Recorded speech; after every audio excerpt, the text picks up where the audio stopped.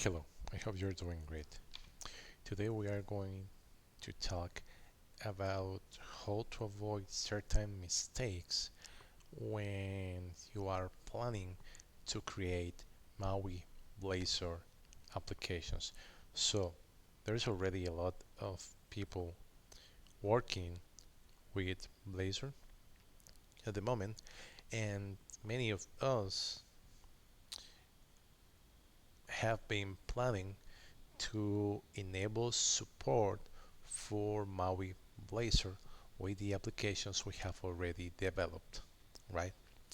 Okay, however, MAUI Blazor has certain characteristics that we must be aware of in order to facilitate the work that we need to do. Now, before I continue, please remember to subscribe to the channel, hit the notification bell so you are informed when we upload new videos to the channel. Also, please invite more people to subscribe, like the videos, and share them in your social media. Okay, so let's start. So, if you have already developed Blazor applications, you will know that Blazor is based in the concept of components. Every page in Blazor application is a component, right? And pretty much a lot of things that you add in the Razor view in Blazor applications will also be components, right? So you can create like a lot of components. The pages themselves are components, and based on that you create your application by combining more components, right? So for example, let's say that we have a Blazor WebAssembly application, right? So one thing that people do is they have the Blazor WebAssembly application. They have custom components, for example. And so they create like a small folder, custom components, and they add the components that they will be adding in the page. And then they use those components in the page, right? The more components that or custom components they need, they will add them in that folder. That will be it, right? It can be used through your application. Now, MAUI Blazor, remember that this is the evolution of Xamarin Forms that is also going to allow you to interact with Blazor, right?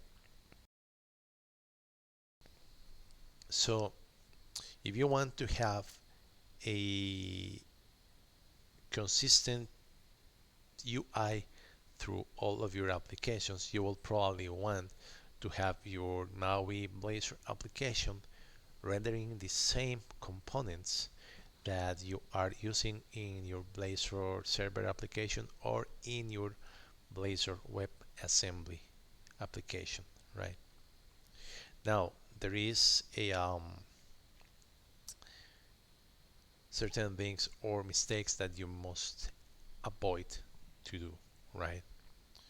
So the first one is actually you must not have your custom components in the same project that is your executable. For example, if you have the Blazor server application or your Blazor WebAssembly application, you must not have the components defined in those projects. Instead, what you will try to do is having a separate project which is going to be a Razor class library, right? That is going to have all of your components totally independent from your application, right? Actually, it is recommended that they do not even do API calls or the calls to retrieve the data, and instead they just receive the data by a public parameter, right?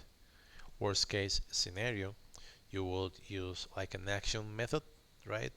And you will configure that action method to invoke some other piece of code from your application, right?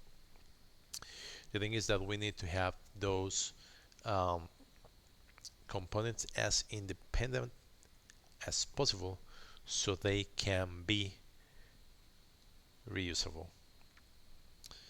So for example, here I have this small application, and this is a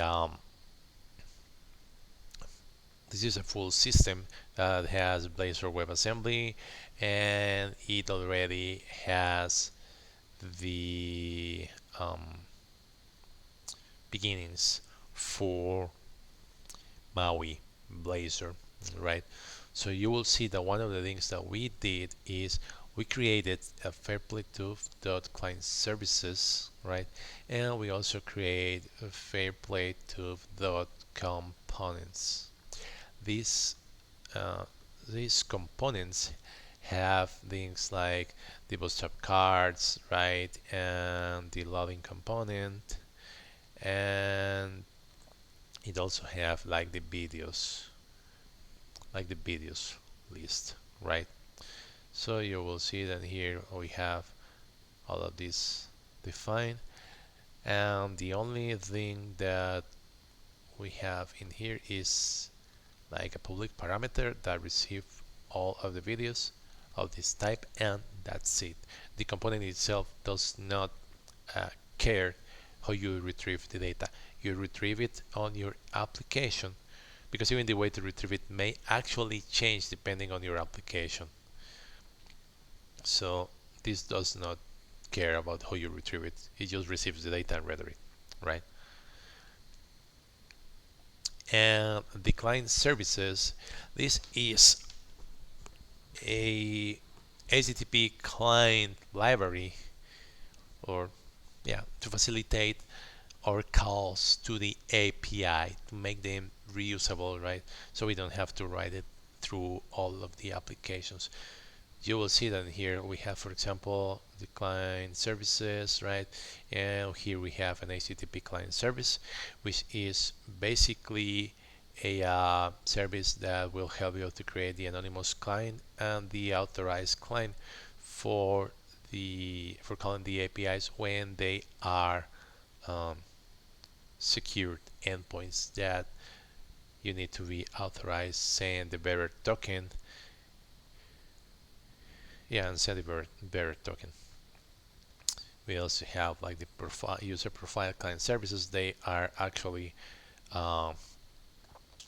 separated. This one is for the user profiles, this one is for the videos, and this one is just kind of the main client. You will see that the user profile client service and the video client service, they both receive the HTTP client service, right? So if I want to get the monetization information for the user who is authorized, we use the HTTP client service, right? We get the authorized client, and we invoke the API, right? This is a constant defined in the other project. Video client service, right? So for example, here we have this get public process, videos as sync, which this is executed in the main page, or in the index page of the main application in the Blazor WebAssembly app. But this is also used in the MAUI application. You will see that here under the pages and index.razor.cs, we are using the video client service get public process videos to get the public videos for the user logged in. Actually, for all the users, I'm sorry. This is the public videos. store it in a variable, and rendering it in the MAUI Blazor application, right? So this is actually really important. It's actually vital if you want to optimize your development and reduce the mistakes that we usually do when we create applications, right? Nobody is perfect, right?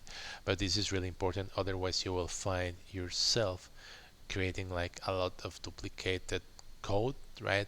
That you do not have to do. You can take advantage of the nature of Blazor, create components, and take advantage also of the nature of .NET or .NET Core to take advantage of dependency injection, inject services, right?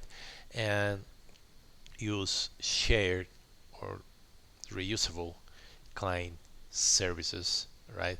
So this is really useful to do, and you will see that my index.razor, the only thing that I had to do was, of course, implement how to retrieve the data, right? Which is basically just a line, and yeah, the rest of the code to handle the exception, right? Which is not a big deal, right? A couple of lines to define the variables, and they were basically just auto-created with the Visual Studio because I used the like control dot and auto-generated, and that's it, right?